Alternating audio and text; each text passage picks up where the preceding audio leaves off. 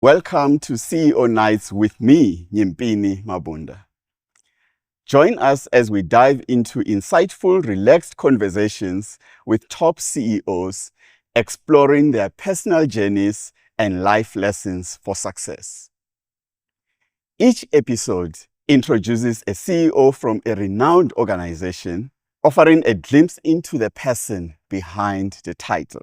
This was inspired by my best-selling book, Take Charge, where I share lessons from my own personal journey. I share experiences that shaped my journey to becoming a CEO under the age of 40 for an international company. But I won't give it all away because it's all in the book. So to read more or to know more, you can grab yourself a copy, which is now available in audiobook.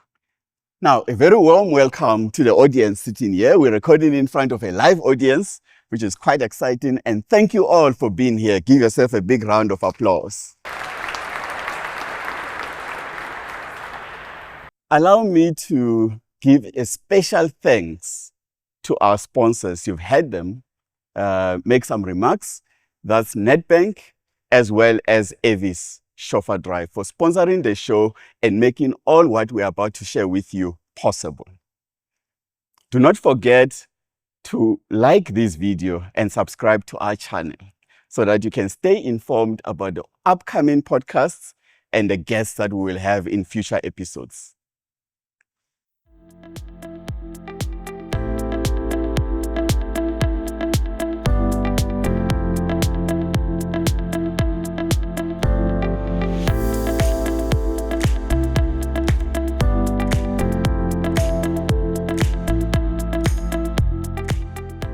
My name is Dan Marokane. I'm the Group Chief Executive of Eskom Holdings. I'm looking forward to having a great conversation with an old friend of mine, Nyimpini Mabunda. Nyimpini and I met at the business school, at the Graduate School of Business at UCT in the early 2000s.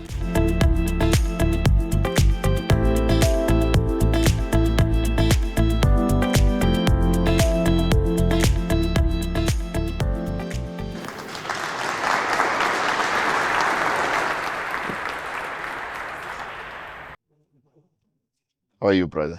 Thank you very much. Yeah, thank you. Good to have you here. Thank you. Thank you for having me. It's been a while. Nyimpini. It's been a while. Yeah, it's been a while. Yeah. So then, you will not be surprised about this, but that we do our due diligence and research before our guests come on. It's very important that we surprise you a little bit. So one of the fascinating things that I've had is these holidays and trips that you take with friends. Goodness. They've told us about these trips. Very good to go and recharge. But apparently, you are legendary for waking up at 6 in the morning on holiday, mind you. And you blast the music at the highest level. Okay. While all of your friends are still sleeping. And interestingly, you sing along very loud. So because of that, and you claim to have some vocal prowess, we've got your best song or favorite song lined up for you to serenade us. No, don't do So that. DJ, give me something.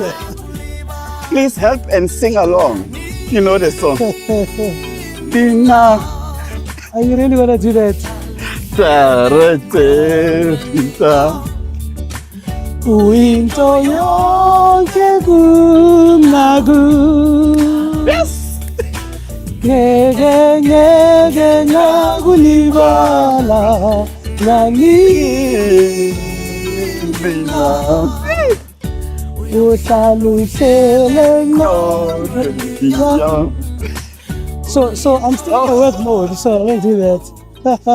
Thank you so much. Yeah, it is. So we understand this is one of your ultimate favorite songs. Quite a romantic choice. Yeah, look, I got to know Ringo in his early days. Me and his brother were colleagues in the Western Cape, in Mossel Bay in particular. I had just left Johannesburg to start a new job in that province, and I'd made no plans to return to my friends and family. I was really going through my first festive season away from how I've traditionally spent it. And Ringo came to visit his brother. And so I didn't have to listen to his tapes. He was singing for us Oh, wow. as we were socializing. Yeah. Now you're showing off, aren't you? Yeah. Yeah. Wow. So today's episode, then, what I try and do is to line up or link the episodes to the chapters in my book, Take Charge. And the first chapter really talks of, is titled Born a Warrior. And it talks about our roots, our heritage, our upbringing. And I really want to link that to how is your early childhood, primary and secondary education, those foundational years, influence the leader that you are today. That's kind of what we want to focus on, because I think sometimes people don't see the advantage in their beginning phases. Yeah. And with that, we learned that you're actually one of 7 kids or siblings in the family, and you're the first one. True. So you were just thrown into the deep end of leadership from an early age. Hey, I was a deputy mother from an early age, man. I had to look after mom, I love it. Yeah. I had a very strong mother. I had a very loving father, but he had a very different character in terms of how he engaged with us as his children. He loved us. We have no doubt about that. But our mother was much more stronger. And to a very great extent, her character is what is really strong in who we've also come out to be. We grew up, out in the northwest, in the village of Mabuluka, in the township of Lethabile in Brits. That's where I came from. And, very, very, like many families in South Africa, very poor. We are Catholic at home.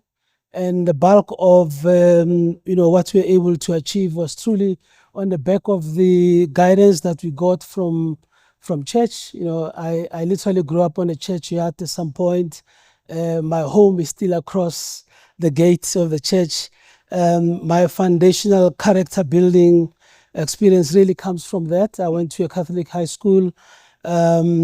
And a lot of my politics, my love for education, my humanity comes from the interfaces that I've had in that Catholic upbringing. My mother was quite a religious individual, and I'm very thankful for the role that she played, that despite our poverty, the challenges that we had, she was very clear around the role of education and just being good human beings, and believe that will one day really bear results positively for others. So I try to remember that every day. Yeah. Oh, wow.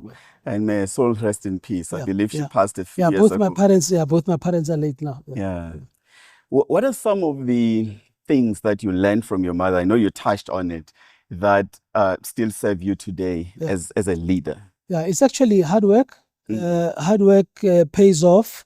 You cannot sit back and feel sorry for yourself. You need to apply yourself rigorously, do your best, and you have to believe that when you do that, things will come okay. My mother was Tswana, and she has ingrained this in me, that Khotla Siyama. So she could see, she was very hopeful. She could, weather storms. She was a very prayerful woman. But more importantly, she believed that if you put in the hard work, the results will come. And you need to stay the course. Yeah, and that's something that I've adopted. I believe in doing exactly that. Wow. So you touched on you growing up literally in church, and as a Catholic.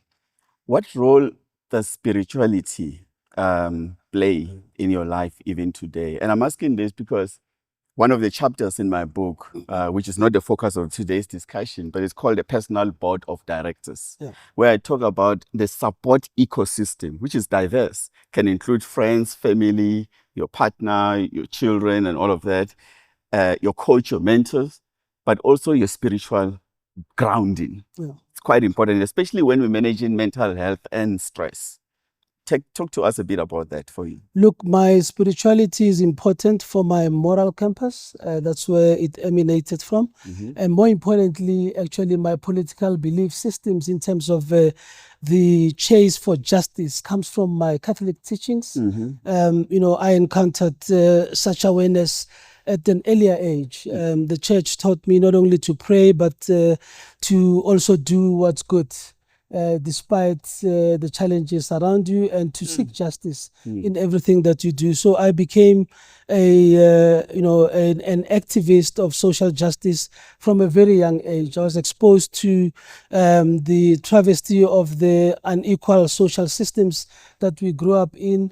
And the need to do something about it, irrespective of the actual abilities that we have from the financial point of view.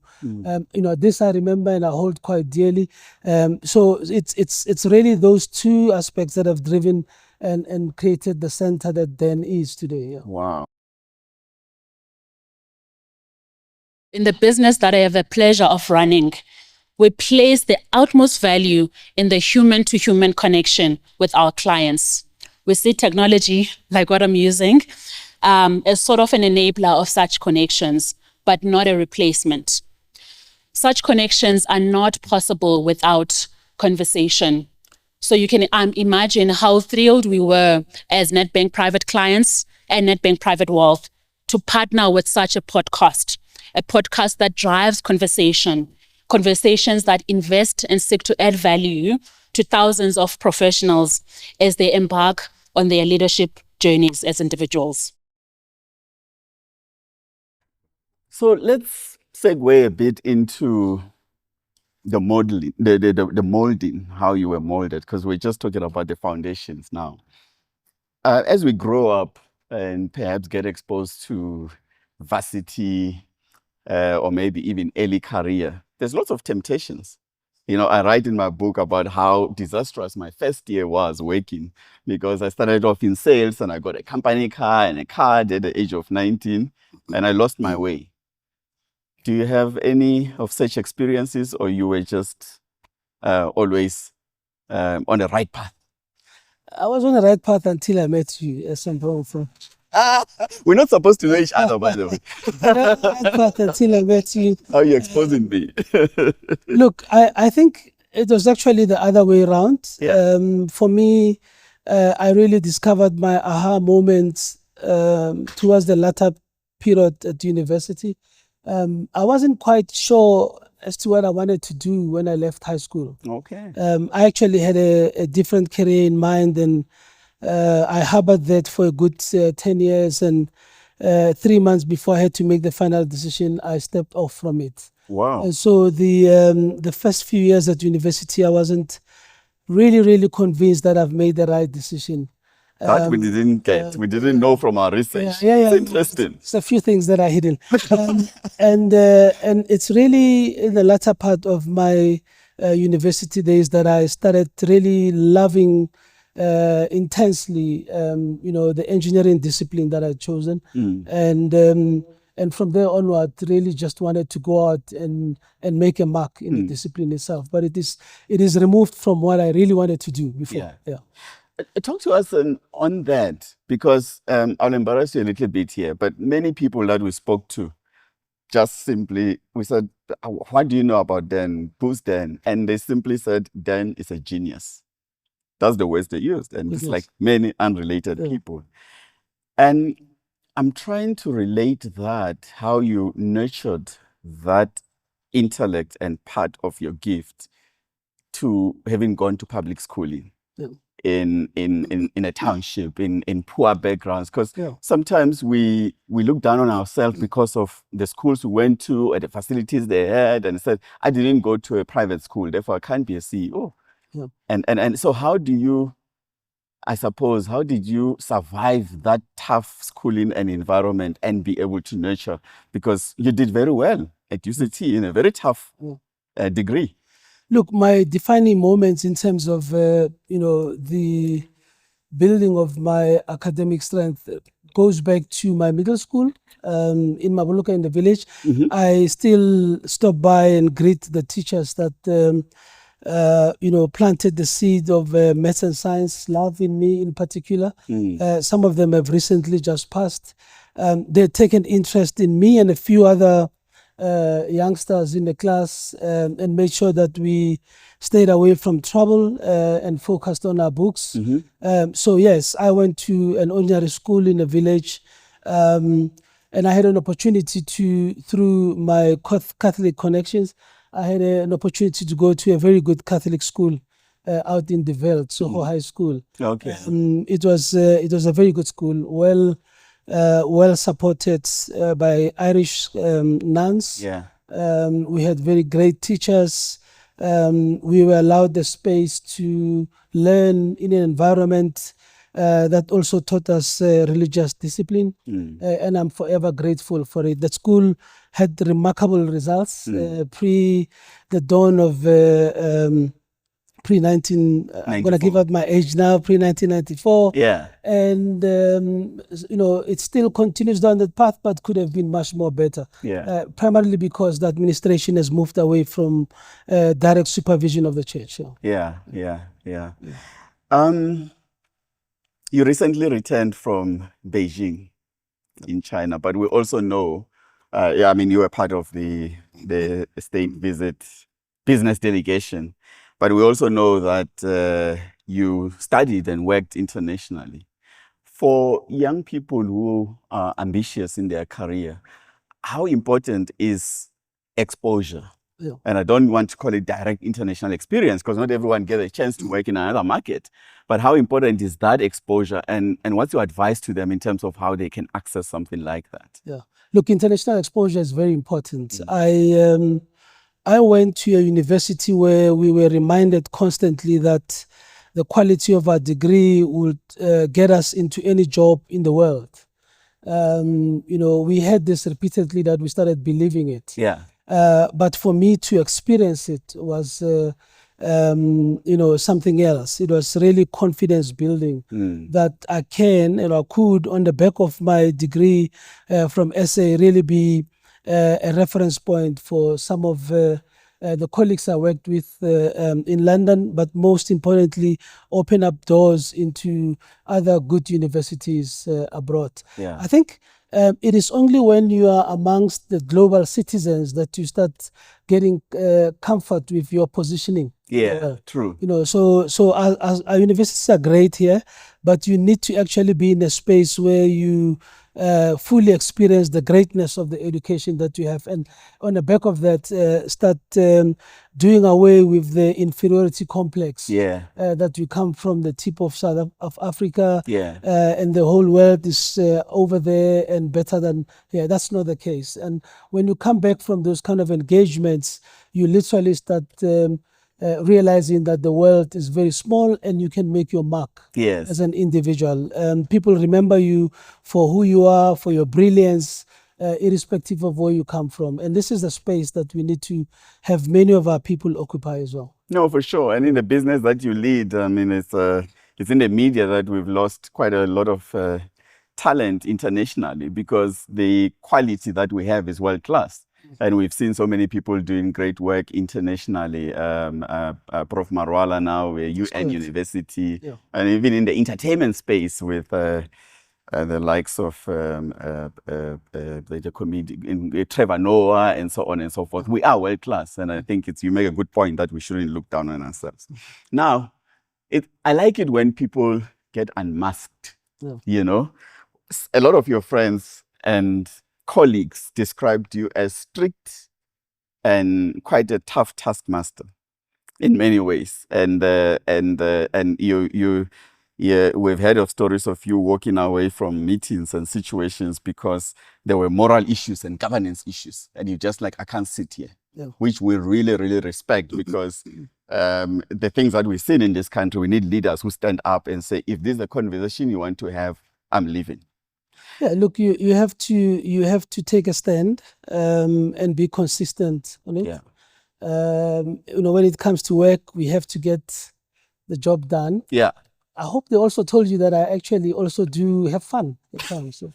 We're going to come to that. Other than saying, tell us a little so bit there's about time that for part. everything. Yeah. Make sure that you do the right thing within the right time. Yeah. Yeah. You walked into that one. So what do you do to have fun? I mean, by the way, let me set this up. Yeah. Someone very close to you said that you think you're a good golfer, but as far as she's concerned, you're average. Oh, she? Yes. Okay. Okay, I know who it is. Yeah, I actually like interacting with people. Golf gives me the ability to do so in a good social setting without the pressures of having to perform. And maybe that's why my golf is not where it needs to be. I also tend to spend time in leisure. I'm not an introvert. I just want to be out there when I have an opportunity, so that when you don't see me for many days, you can know that the day we meet, we'll really have proper time. Yeah. But what is it about debate? Because I'm told you love debate. In fact, you would take any opportunity to debate about anything. No, you have to test the strength of ideas, but you also sharpen your own insights through that process. There's quite a lot of knowledgeable people out there. There's an opportunity to tap into their insights through very structured engagement of the type. So I want to have a debate with you then. No, not now, Nyimpini. No, look, I'm a bagabaka. Yeah. And that's not a debate. After one game, some people in gold and black think that they're going to win the league. Let's have a debate about that. Yeah, look, well, let me do this. Let me say this. Yeah. You need to move away from the moment. Yeah. And use a lot of empirical data going, backward. Of 10 years ago, right? Or more. Let's go more. Then you start seeing a pattern. You realize that. So we should put this on a data science predictive tool. If you put that up and look at the empirical data, analytics, you'll realize that it will tell us that you will move from number 10 to number 1 in 1 year. Absolutely. Absolutely. I have to believe that. Otherwise, I start having difficulty with my orientation in Ladies and gentlemen, do you see how load shedding was ended? Okay, man, they say it's not over yet, but I mean, they said you can move from number 10 to number 1 in 1 year. And I love that level of confidence. It's not incremental, not 10 to 8. Yeah. 10 to 1. No, you quantum leaps. Quantum leaps. Quantum leaps, absolutely. So I refer earlier to being unmasked. And apparently you're tough and you can say no confidently to many things, except to one person, your beautiful granddaughter. Yeah. Yeah, that's, I used to say to my mom that I'm struggling with this and that experience with my son, and she laughed at me and says, look, now you understand what we went through with you. And now I really appreciate and get a sense of how lovely it was for her to be close to my son, to raise my son, and provide the support for me when I was very busy at times raising my son. It's unbelievable. That it's a girl child is even more special for me. Wow. Because I don't know if your research showed it. With the 7 of us at home, the 6 boys. Oh, really? No, I didn't know this. So wow. So very limited experience of growing up with siblings that are female. So I really enjoy. Oh, that says a lot. I've got 3 boys. Yeah. And I say that I don't have that opportunity of a special father-daughter relationship. But I see it with my friends that it is really special. Or I saw it with my own parents as well, with my sisters. It is special. I get that. There's a lot of opportunity of being driven in style with Avios Chauffeur Drive. We've got ladies and gentlemen that pride themselves in not just giving you a ride, but an experience. And if you've never tested and try the Avios Chauffeur Drive, take this opportunity, because that's what, once you're in the Avios Chauffeur Drive and you're driven, you will never allow anyone, including your wife or your husband, to drive you.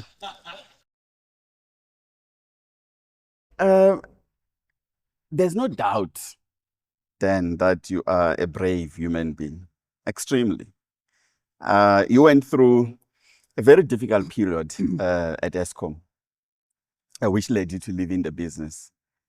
And it was quite tough reputationally and so on and so forth.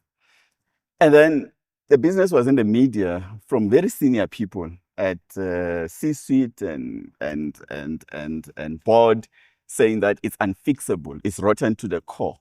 The average age of your power station is like 42 years and so on and so forth. It's unfixable. And there's so much corruption that people are sabotaging from within and all of these kind of things. And to a point that there's even personal security has been the issue. And somehow, against all that background and backdrop, you put up your hand and say, I'm going to do that job. Really? Yeah, I mean, what's driven you as a leader, as a person, to then say, and what did your family say? Did you have the support, or you just defied everyone and say, I'm going to do this job? But where do you get this bravery? I turned around and I found my hand up. Your hand was raised. My hand was up. Yeah. And that's really, on a serious note, Yeah. For over a few occasions, I actually contemplated whether this is something that I wanted to do or not. And I just dismissed it. And then I had an experience. On a Saturday afternoon with that granddaughter of mine. When we were catching up and she was playing and the lights went off. And she was not yet 4 at the time, but she called the word out. Wow. Load shedding. It's Wow. load shedding, Grandpa.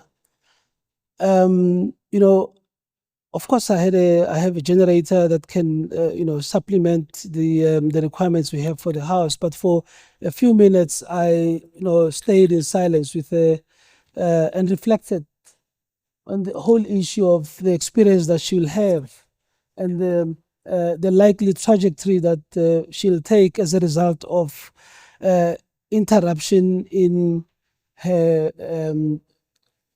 educational development. Yeah. And I thought about the fact that whilst I'm able to have continuity of supply from my generator and my neighbor from their rooftop PV, there is a child, there is a Dan Marokane out in Mabuluka, whose parents cannot afford all of this, who's equally gifted, but very likely to not develop to their full potential, and their entire path in life will be defined by the experience or the interruption of the electricity supply.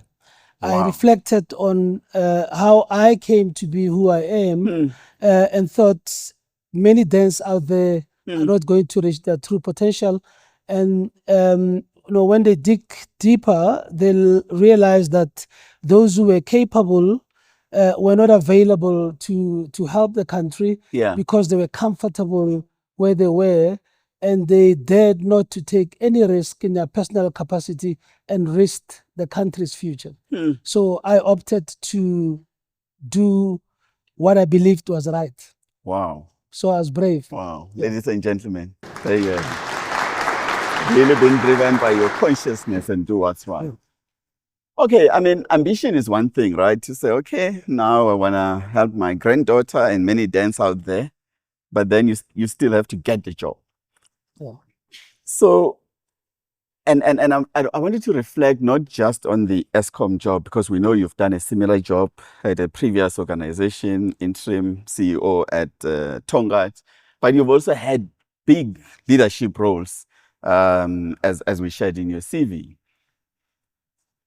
What are the 2 or 3 things that you think helped your career success or your acceleration? What got you appointed to those big roles in your minds? And in answering that, please share it as a way of advice so that we're helping the viewers think about some of the tactics they can use for themselves. Yeah, I think the big differentiator, in my humble opinion, is the ability to traverse through strategic conversation, but also back that up with a very strong execution discipline. Many a times, and we know we've been to business schools and we sit in boardrooms, you can have very beautiful slides on strategy, but if delivery is not going to come through, they are not worth the paper they're written on. I tend to spend more time assessing strategic options, focusing on a pathway that needs to be followed, considering, all the conditions and situations around. But I become very brutal when it comes to execution as well. So the ability to move between these two. The ability to move between strategic focus, reprioritization, refocus, course correction, but be brutal in execution. Is what delivers success, and my entire career has really been about this, and I think that's what those who choose me tend to like. So not just talking, but getting things done. We need to be people that can do as well. But I also like the point to make about course correction, because in leadership these days you need agility, right? And the path is not always so clear, but you need to course correct as you go. Absolutely. Confronted with a set of facts or data, interrogate it very carefully, make a decision, implement. If reality turns out differently, assess what has changed. If you need to take another decision, take it. Take it and then implement. I think, many people fail because they do analysis paralysis, or they remain married to solutions that they crafted when they thought the reality was otherwise. And the world has changed, but they haven't adapted. So be comfortable with data, be comfortable with its interpretation, and then make calls based on that. So one of the things you haven't said, but I know you've implied, that many people we spoke to about you said, is that you are fantastic at problem solving. In fact, you like complex problems. And as a typical engineer, you see your systematic thinking, and really talk to us a little bit about that, because it's so important, right, in finding solutions. The ability to unpack complex challenges or situations into packages that are implementable is something that I love, and I've actually loved this from my own engineering training. My first training was in chemical engineering, so that was very classic, a little bit boring at times. I'm told it's difficult. But I really cherished and started appreciating problem solving when I moved into the discipline of subsurface petroleum engineering, where there is no ability to see what you are dealing with. You have to use data to infer a picture and make calls based on it. And that really moved me into a space of deconvoluting complex systems into smaller packages that you can work with. Role models. Who do you look up to? I've had two names, Andile Sangu and Silo Muloko. That's correct. What is it about them, and how important is role modeling? I met Silo Muloko as a young exec. He was the CEO of Old Mutual, OMEM. At the time. I just liked him from a distance, and I thought, it's important to start looking at people that look like you, so that you can kill stereotypes and also reset your, your own aspirations. And at some point, I had some difficult decisions to make. I asked friends for his number, and I called him that, can I please have coffee with you? And he just says, come to my house. Wow. And that's where our relationship started. Wow. Very humble, very knowledgeable, always ready to share his insights and advice. And he doesn't wait for you to reach out. If he thinks that, proactive. If he thought something about you, if he saw something that he thinks will be of help to you, he'll pick up the call and reach out through to you. Andile, equally a great human being, very reflective individual, and he can tell you things that you don't want to hear. Exactly. So important, right? So he's very truthful. Authentic conversation. And I really cherish the ability to access both of them. Especially as CEOs, I always say that By the time a presentation comes to your desk, it's version 30. Yeah. The truth is in version 5. Yeah. But people get packaged Yeah. and things Yeah. get packaged Yeah. for you. Yeah. And you don't always see the real, people tell you what they think you want to hear. Yeah. And it's nice to also have others who can have authentic conversation and tell it to you like it is. True. Absolutely amazing. Are you playing it forward? Yeah. As a mentor, do you get time? Because one of my motivation to write a book is that I really want to support upcoming leaders, but I just don't have enough time. So I said, let me democratize it. Let's put it in the book. Let's democratize it. Let's put it in a podcast. That is why we're launching CEO Nights with Nyimpini. And thank you so much for joining us. But how are you doing it? Look, I do have a few people that have the same relationship that I have with Silo and Andile with me. I wish I could have more time for that. Much as it's a private relationship, it's also important that within the workspace, we ensure that every encounter we have with a young professional leaves them different. And leaves them feeling much more energized, and their aspirations, to do well, having been increased. So I'm very conscious and intentional about my interactions with my staff, especially junior staff, because I know that might as well turn out to be a defining moment for them. In terms of the leader they meet. And Dan is a man of his words. I can tell you this. I read about your first 100 days. And I think in your first 100 days, you had interacted through town halls and personally with 10,000 of the 40,000 employees at Eskom. Yeah, that's in 100 days. Yeah, look, and I'm now under pressure to actually, get, as we speak, that number is around 15,000 now, because we've subsequently continued the roadshows.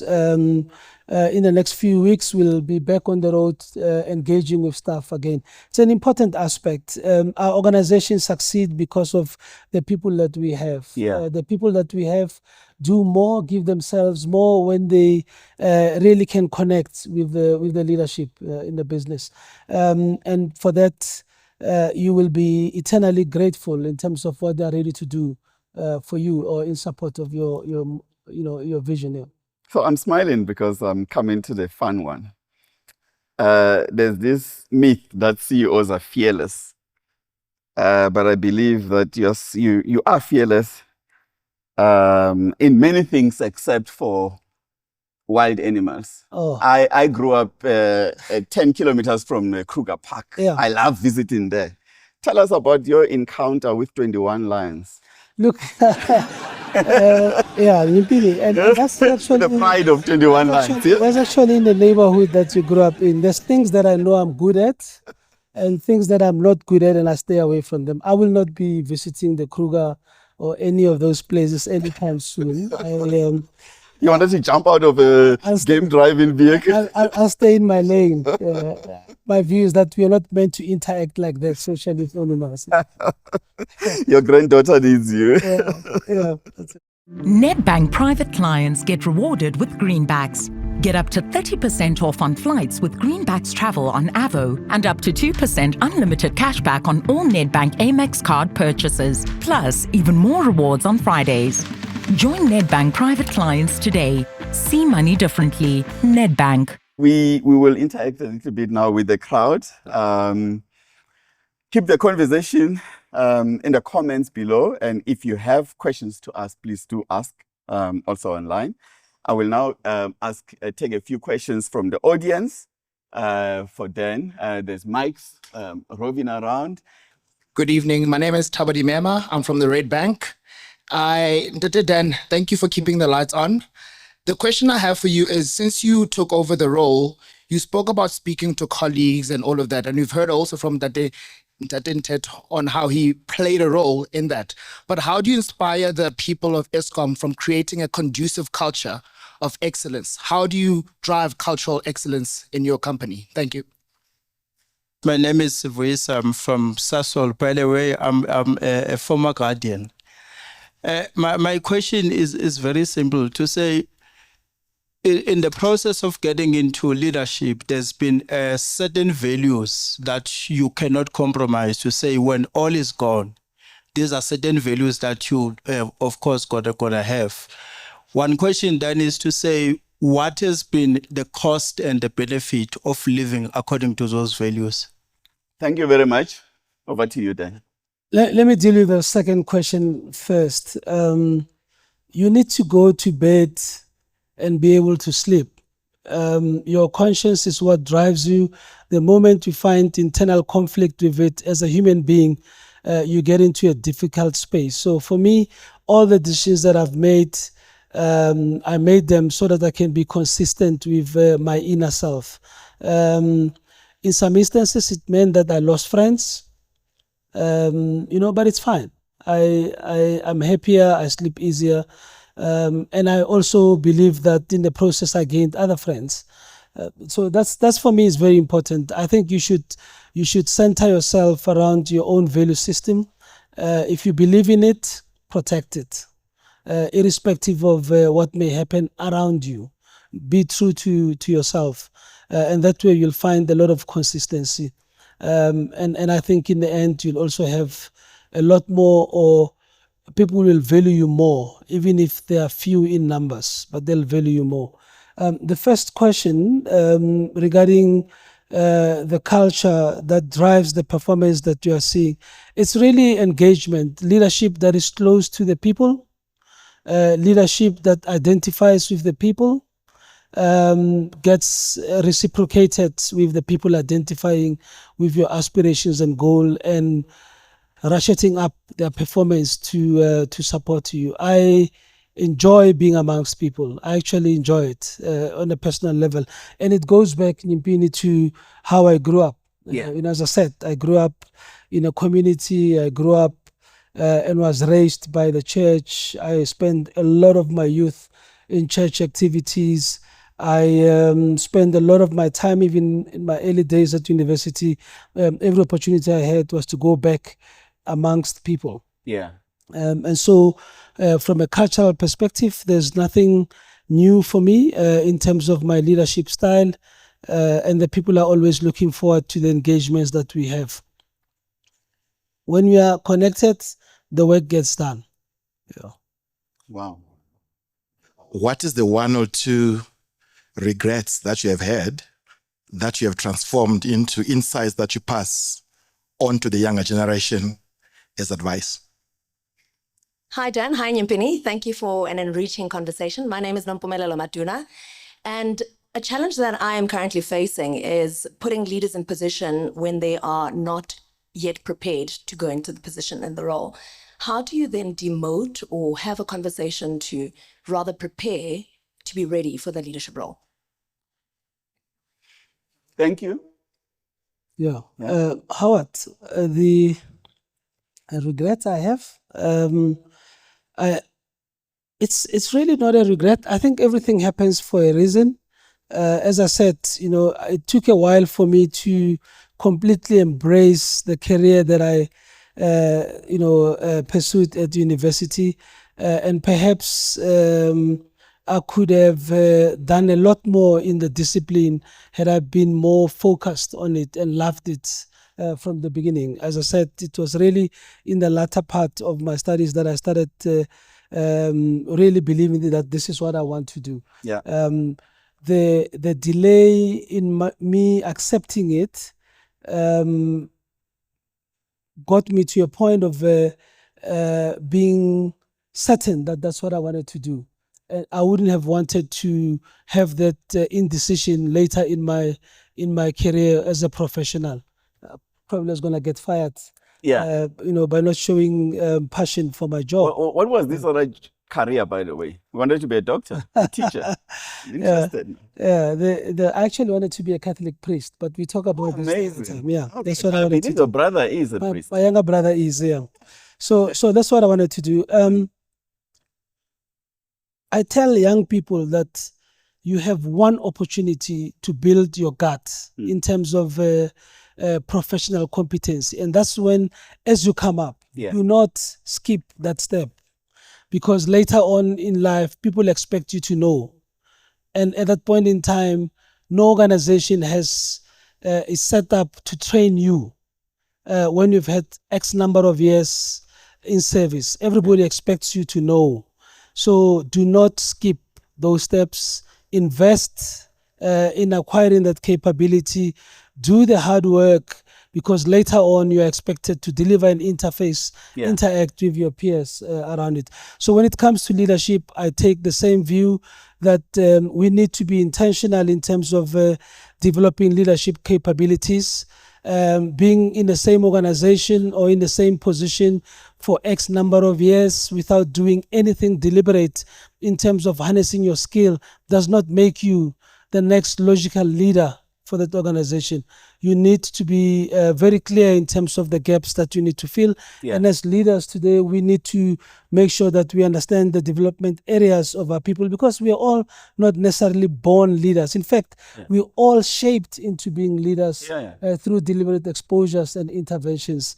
So you need to be able to sit back and say, I've done this, I've now been exposed to that, I've put hours here, I think I'm ready. And you need to be able to say the same about the help that you've given to your team as a leader, that you've prepared them for the task ahead. So one of the, talking about development areas, one of the profound experiences I had when I used to work for Diageo, as I remember we're in Turkey, and we went for top 200 leaders globally, and we had training on leadership conference with the CEO.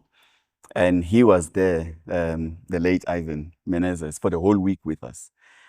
And he went on stage and he said he's actually just finished his performance review with his boss, the chairman of the company.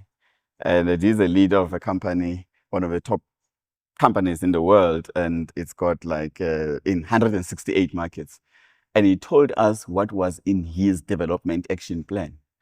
And it was so profound for us because we're sitting there, he's a leader of this big organization who's talking about his development areas. Because we all work in progress. What is your work in progress? What would you like to get better at? Look, can I tell you where I was for most of today? As part of bringing the change that you want to see in our business, I'm actually going through the stages of recruiting for some external talent. And the last question that I asked all the people that I saw today was, if I were to talk to any of your subordinates, what will they say is your development area? Absolutely. It was quite interesting to hear what the various leaders have to say. Many of them actually have the same development area as I do. Oh, wow. Which is continuously striving to have a good balance between that very tough taskmaster and being able to show the face that you are human and you care. It takes just one encounter for an employee to not see that, and they lose you forever. So it's important that we are conscious about it all the time, despite how tough we are and how driven we are in terms of delivery. You need to create that balance, and people feel that you're still loving and caring even in that place. You and I met at UCT, we're classmates at MBA many, many years ago. And there's always this debate about further study and further education. And there's just lots of people who have a master's over a master's, and you wonder, when do they actually work? Let's talk about this further education, its importance, and what's your guidance? Because there's always that tension between excellence at work and then registering for something else. And you've done your master's, you've done many other things. At what point do you decide, I want to do this or not? Let's talk a bit about that. How important is that in career development? It really depends on the career path that individuals would like to take. If you want to be in research institute, and if you want to follow a path of academia, it's important that you continue to pile up higher levels of education. It's very important. But we should all keep reading. We should all keep reading, even if it's not for an academic qualification. It's about staying current. Knowledge, evolution is quite fast. I still sometimes wake up in the middle of the night and think I'm going to fail my maths exam. Because I haven't opened my maths books for a while. and I may not relate to the mathematics that are teaching kids today, but we all have to be students for life. Yeah. Even if it's not for a degree purpose. I'm comfortable with the space that I'm in. I think that application is also very important. Yeah. Creating new bodies of information from just experience and how to do it is what's also necessary, to create comfort. I did my my one degree in the UK, and coming from South African universities, I was quite chuffed to see that many of my lecturers, professors, were actually, spending half of their days lecturing, and the other half they were consulting to solve real business problems. Absolutely. So then I thought I can do this. Not just academic, the it's a theory. blend of economy, of academia. Yeah. And also solving real industrial problems. Yeah. inside. They do that also in top business schools around where you bring that blend.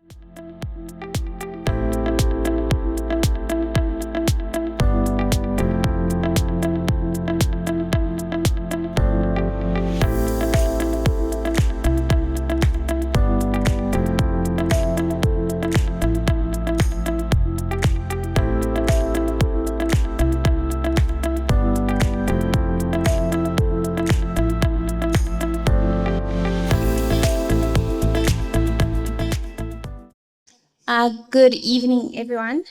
I am Thuli Dejenga from PwC. I think great conversation, by the way. Dan, for me, my question lies around, I think we're in the age of continuous reinvention where businesses are reinventing themselves to remain viable in the long term. And I guess I just wanted to understand from your leadership perspective and the role that you play, what does long-term viability look like for you? Thank you. Good evening, everyone. My name is Bukhosi, and I'm the founder of Thinkineer. Then I liked your comment around this idea of around brutal execution. What I would like to ask you is, and I think when you think about our constitution and all the things that are on paper about how to get South Africa working, it's all brilliant thinking. If you were given the opportunity to be president, what are some of the key principles in leadership would you apply to get the same way as you are getting Eskom to work, to get every part of the government or our country to work as efficiently? Okay, thank you. So long-term, what does long-term viability mean in the space that I'm operating in? I think that's the question that she asked. So Eskom is 101 years old. It's a gift to us who are there today. And by the way, you are not a former guardian. You remain a guardian forever. So you are a guardian as well, Mr. Sasol. We have to leave a new Eskom for the generations that are coming after us. It was a dominant supplier of electricity for the country. We now are in a space of competition and the liberalization of the energy market. Quite a lot of exciting things that are going to happen there. Of course, as a dominant current player, you get worried that you're not going to be having a big market share. But you have human capital. We have 24,000 technically trained individuals. We have an asset base on the back of which we can really pivot and start doing very interesting things within the opportunities provided. We have announced a change in strategy that we will go big in renewables. We'll do this as part of our own move towards emission reductions and our net zero targets and contribution to a cleaner environment. We do so because we take our responsibility seriously in terms of affording electricity for all, especially not the so much wealthy, and that they also deserve clean energy. So Eskom has got the ability to drive a program of renewable technology expansion on a larger scale than anybody can, honestly speaking. So we're going down that route. We will do so on our own, like we have done before, or with partners, which is a departure from the previous strategy of owning everything else. And we've seen exciting interest from both our customers who want to be recipients of our clean products, but also those who want to bring their own balance sheet and technological knowledge to partner us, given our technical expertise over many, many years. This is quite exciting for me. In our distribution space, we're going to look at introducing new products. You may have seen in the last 3 weeks, we unveiled our pilot projects with regards to electric vehicles. We're piloting some within our fleet. We've got a lot of solutions that we could offer to that emerging service in the country, and quite a lot that we can do in the space of advanced metering infrastructure that starts giving the ability to interact with a customer on an individual basis and control their consumption on an individual basis, as opposed to doing that for a section of a residential area. So quite exciting space. We'll use technology and technological platforms to give us this edge, and hopefully also attract the best talent from youngsters that want to rebuild or build the next generation of Eskom. Wow. The second question, what would I do if I was to have an opportunity to do this on a larger scale? I'll do the same. Hire the right people, surround yourself with the competent teams, give the jobs to the competent individuals, support them, debate as much as you can in as far as strategic choices that you need to make, settle on one, execute it, focus on performance and do course correction if need be, and repeat the cycle. Repeat the cycle. Yeah. Spoken like a true engineer and a problem solver.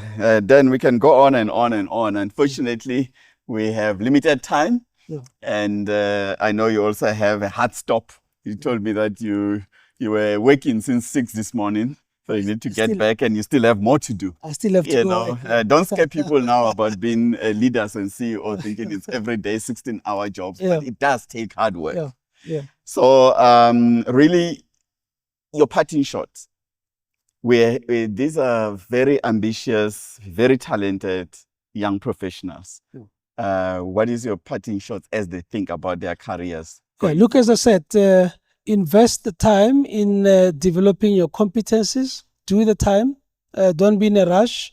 Rather, let it be your progress that rushes you forward, but invest the time. The rest will come through. You will be a much more solid professional at a later stage, and keep believing. Yeah. Thank you very much, Dan, for coming through to spend time with us. I really appreciate it. Well, thank you. Godspeed. Yeah. Thank you very much, and to your sponsors. To our lovely audience, thank you for joining us. I hope you've gained some insights as to what strategies you can employ to accelerate your journey to the highest echelon possible in your career. This episode also serves as a reminder that no matter where you come from, you can stand on the shoulder to shoulder with the best in the world. All you have to do is listen to your inner self and others, learn and apply yourself. No dream is impossible. The conversation continues on social media using our hashtags, CEO Nights with Nyimpini. Let's meet again in the next episode. Thank you.